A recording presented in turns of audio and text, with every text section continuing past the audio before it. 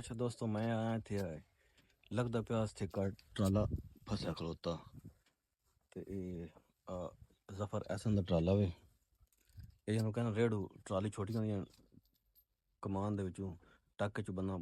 गन्ना बाहर सड़क ते कड़ देन ते ये थोड़ा फस गया वे। इस सीजन दी साडी पहली ट्राली फसी वेखी अजे तो सीजन हुण स्टार्ट होया ते नाल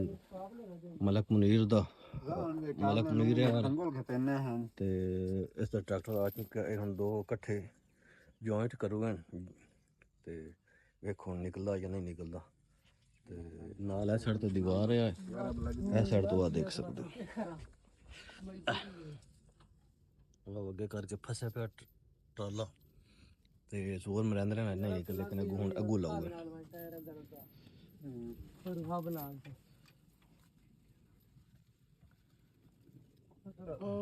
एक गाजी ट्रैक्टर है ये मलक मुनीर दा ते ए जफर हसन दा ए नवा मरियम नवाज दा ट्रैक्टर 604 जेडी मरियम नवाज दा है था नहीं जेडे मरियम नवाज दिते ने है जफर हसन दा ते लेट्स गो हुन देखने एक एडवेंचर है ये निकलदा या नहीं निकलता है ना ते कारीगरी नाल निकलना देखो तुहानू दिखाने ते वीडियो नू लाइक सब्सक्राइब लाजमी करना जी।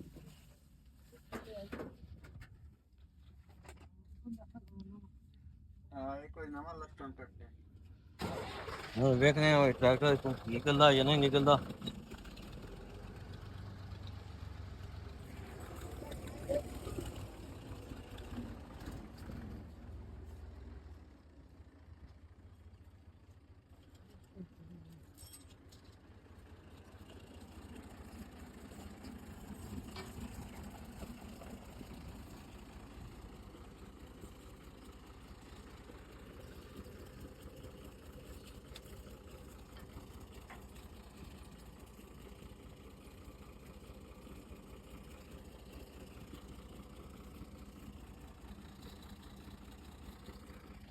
हर चीज़ की अपनी महारत होंगी है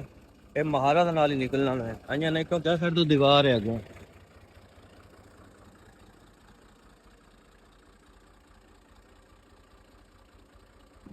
जी हुण निको पिछे हट भाई पिछे हट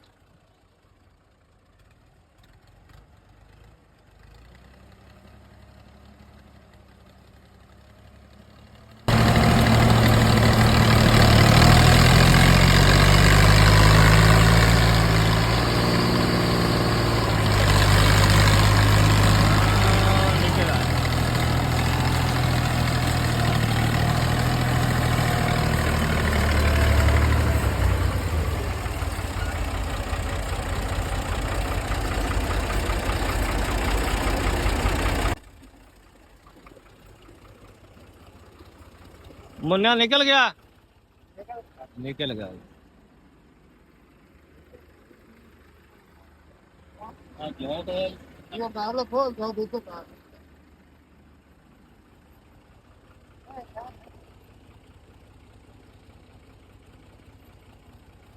तो